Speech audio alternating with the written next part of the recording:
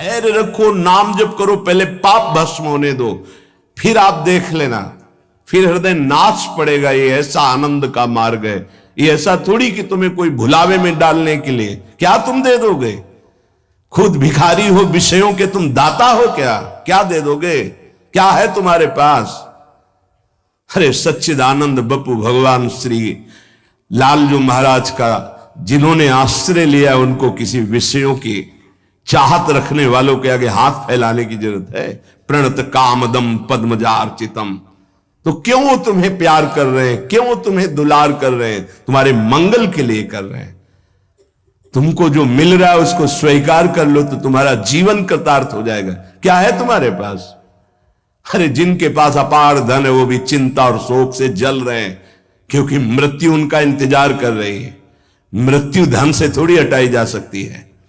मृत्यु का भय किसी पद से नहीं हटाया जा सकता, किसी वैभव से नहीं हटाया जाता। मृत्यु का प्रहार शरीर पर है। शरीर राग त्यागी ही मृत्यु भय से मुक्त है। राग का त्याग करना कोई खिलवाड़ नहीं है।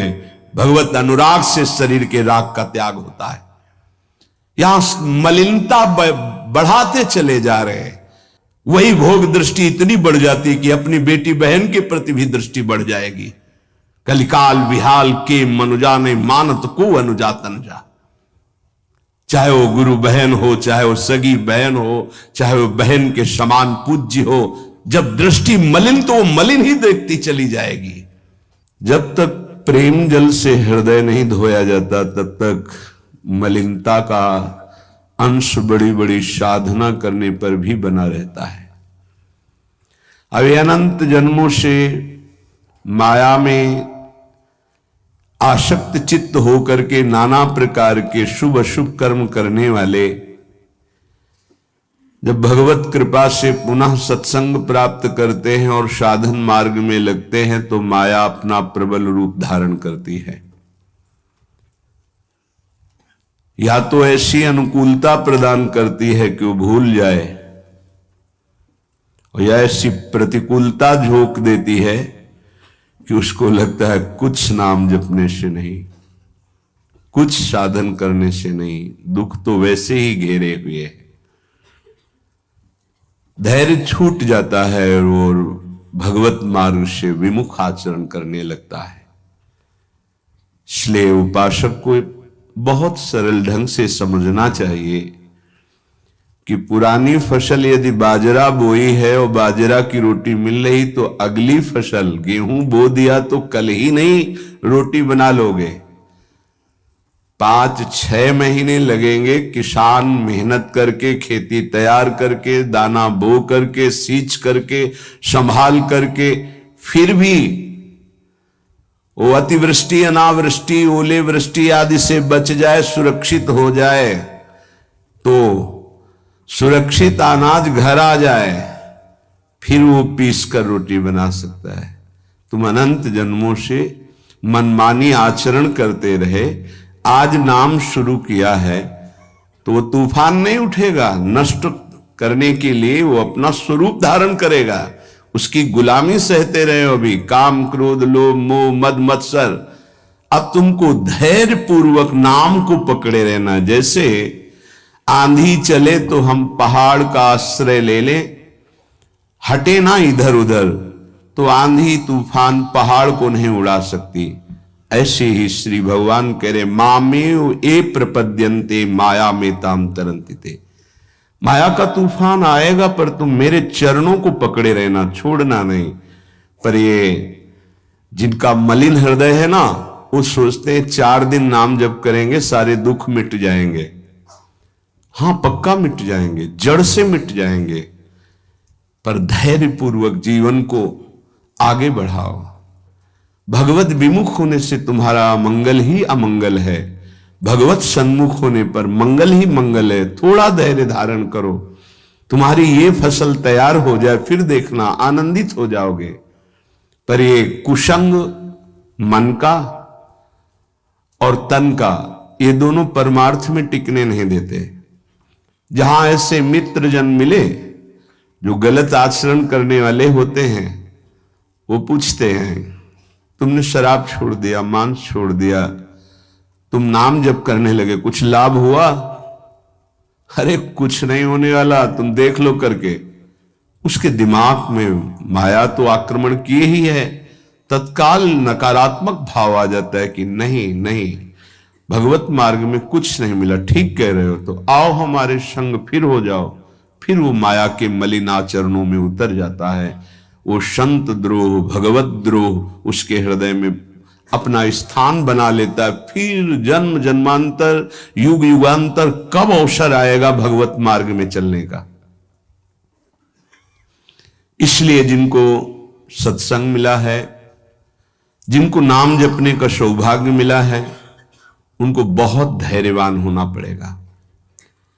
इसको ऐसे पकड़ना होगा कि जैसे हम बहुत बीमार हैं और इस औषधि के सिवा हमारा कोई रास्ता नहीं बचने का, अब हमको ये औषधि खानी ही है।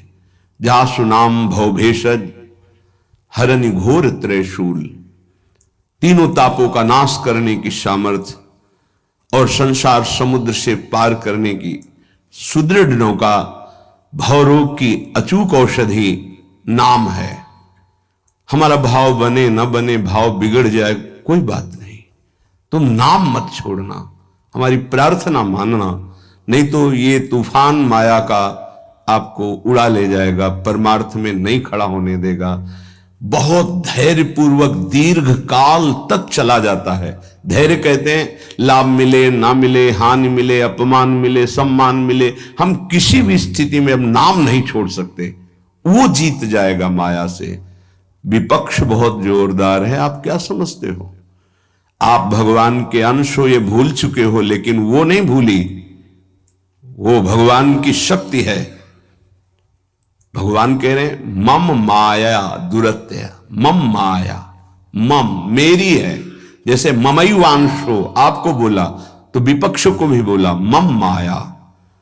अब आपको सावधान करने के लिए भगवान ही संत, गुरुदेव, शास्त्र इस रूप में संबोधन करते हैं।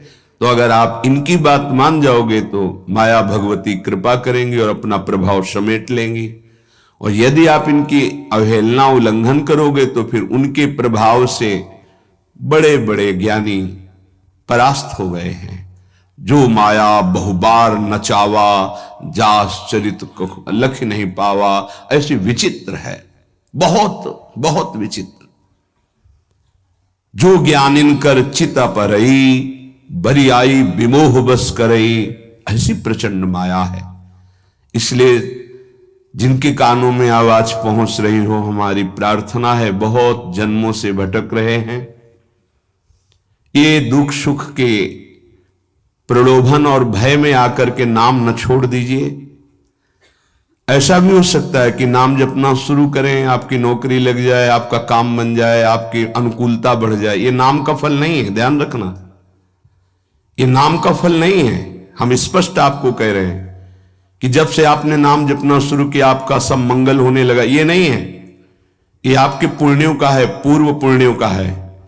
ये नाम आपको सामर्थ्य देखा, दुख और सुख दोनों सहकर परमानंद की प्राप्ति। ये विषयानंद नाम के फल से नहीं। आप नाम जपना शुरू किए, सब कुछ बिगड़ना शुरू हो गया, ये नाम का फल नहीं है। ये आपके पाप नष्ट हो रहे हैं। विवेक पूर्वक चलिए। अगर विवेक नहीं धारण करेंगे तो फिर सब मार्ग छूट जाएगा। विवेक इसी से उत्पन्न होता है, सत्संग से। जहां विवेक जागृत हुआ वो आपको टिका देगा परमार्थ में, नहीं तो बहुत बलवती भगवान की माया है। जब लोगों के विचार सुने तो लगता है कैसे निकल पाएंगे इस माया से। आप निकलना ना चाहे तो किसी की सामर्थ्य नहीं कि आपको निकाल सके। स्वयं श्री भगवान आपके हृदय में बैठे हैं। क्या हो रहा है? दुर्गति हो रही। क्यों? क्योंकि आप नहीं निकलना चाहते, इसलिए। भगवान हृदय में बैठे हैं, नहीं निकल पा रहे हो, बात मान लो। आप निकलना चाहो तो निकल सकते हो, आप न निकलना चाहो तो किसी की ताकत नहीं कि आपको इस माया प्रपंच से निकाल सके। इसलिए आपसे प्रार्थना है कि आप निकलने की कोशिश कीजिए। इसका बड़ा ही प्रलोभन और भुलावा प्रभाव है। प्रलोभन और भुलावा एक क्षण में भुला दे सारे ज्ञान विज्ञान को और अपने में आकर्षित कर दे, उसका नाम माया। ऐसे प्रलोभन फेंक दे कि जानबूझकर तुम भगवान को भूल जाओ और उन प्रलोभनों में लग जाओ, उसका नाम माया। सावधान हो जाइए। इसके प्रलोभनों में, इसके भोगों में आज तक कभी कोई सुखी और तृप्त नहीं हुआ। तुम्हें अब जो मार्ग मिला है ये तृप्ति का मार्ग है। तृप्त हो जाओगे, हाथ उठा के कहोगे अब कछुनाथ न चाहिए मोरे। देख लेना, चलो तो आगे।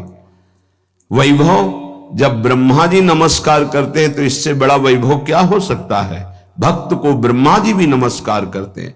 ब्रह्मा जी की बात जाने दो, जिनके नाभि कमल से ब्रह्मा प्रकट हुए, भगवान भी उनके पीछे पीछे डोलते कि चरण रज पड़ जाए और मैं पावन हो जाऊं। ये केवल अलंकारिक शब्द नहीं है, ऐसा ही है। पग चापू और सेज बिछाऊं, नौकर बनूं हजाम, हाकू बैल बनो गडवारो, बिना तनख्वाह रथवान, यही तो मेरे मन में ठनी, भगत मेरे मुकुटमणि। मैं भक्तन को दास, भगत मेरे मुकुटमणि। ये मार्ग आप चयन किए हैं भगवत कृपा से, तो इसमें आपको टिकना होगा, इसमें आपको परीक्षा देनी होगी। जितना पढ़ाया जाता है उतनी ही परीक्षा होती है, उसके आगे नहीं होती, ध्यान रखना। अध्यापक जितना आपको पढ़ाता है उसी पे प्रश्न करता है। तो जितना आपको सत्संग सुनाया गया, जितने में आपकी भूमिका भक्ति की है जैसी भी, उतना ही प्रश्न होगा, उसके आगे प्रश्न नहीं होगा। उतने पे तो आपको सफल होना पड़ेगा। नहीं सफल होगे तो फिर पढ़ाई कीजिए, फिर प्रश्न आएगा। जब आपको परमार्थ पद में, परम पद में आरूढ़ होना है तो आपको ये निर्णय करना ही पड़ेगा। एक तरफ माया है, एक तरफ भगवान है। माया को साधन बनाकर भगवान की प्राप्ति की जाती है, भगवान को साधन बनाकर माया की प्राप्ति नहीं की जाती। प्रायः लोग इसी भुलावे में है कि भगवान को साधन बना लेते हैं और माया साध्य बन जाती है। मुझे ये चाहिए, नहीं मिला तो तुम भगवान नहीं। ये परमार्थ ऐसे नहीं चला जाता, धैर्य पूर्वक चला जाता है। अगर धैर्य का अवलंबन नहीं लेंगे, विवेक का प्रयोग नहीं करेंगे, विवेक है आपके पास, ऐसा नहीं कि आपके पास विवेक नहीं है, पर आपका विवेक ढका हुआ है। ये सत्संग उसी विवेक को जागृत करता है। आप सत्संगी हो, आप भुलावे में मत आइए। ये माया अपने पार्षदों के द्वारा आपको ठगना चाहेगी। आपने प्रभु को छोड़ दिया, प्रभु की क्या हानि होगी। आप अपनी दशा पर विचार कीजिए, डूब जाओगे, ये माया डुबो देगी। अनंत जन्म भटकते भटकते आज अवसर मिला है भगवत प्राप्ति का, ये आप जान नहीं पा रहे हैं। ये अवसर चला गया तो फिर आप पछताएंगे, कोई अवसर हाथ नहीं मिलेगा। पशु पक्षी बनने के बाद विवेक एकदम ढका रहता है, केवल उतना ही काम करता है, आहार विहार मैथुन निद्रा, बस। वो भगवत प्राप्ति करनी है, मेरा नया जन्म हो, कुछ विवेक नहीं रहता। आप में ये विवेक जागृत है। आप विवेक पूर्वक परमार्थ को पकड़िए, इस माया की चालों को मत देखिए, सह जाइए, दुख सुख को सह जाइए। जय श्री राम दोस्तों, आप सभी को दीपावली की हार्दिक शुभकामनाएं। अगर वीडियो अच्छी लगी हो तो इसे लाइक शेयर सब्सक्राइब करना ना भूलिएगा और ऐसे ही बने रहें हमारे साथ और भी मज़ेदार वीडियो के लिए। धन्यवाद।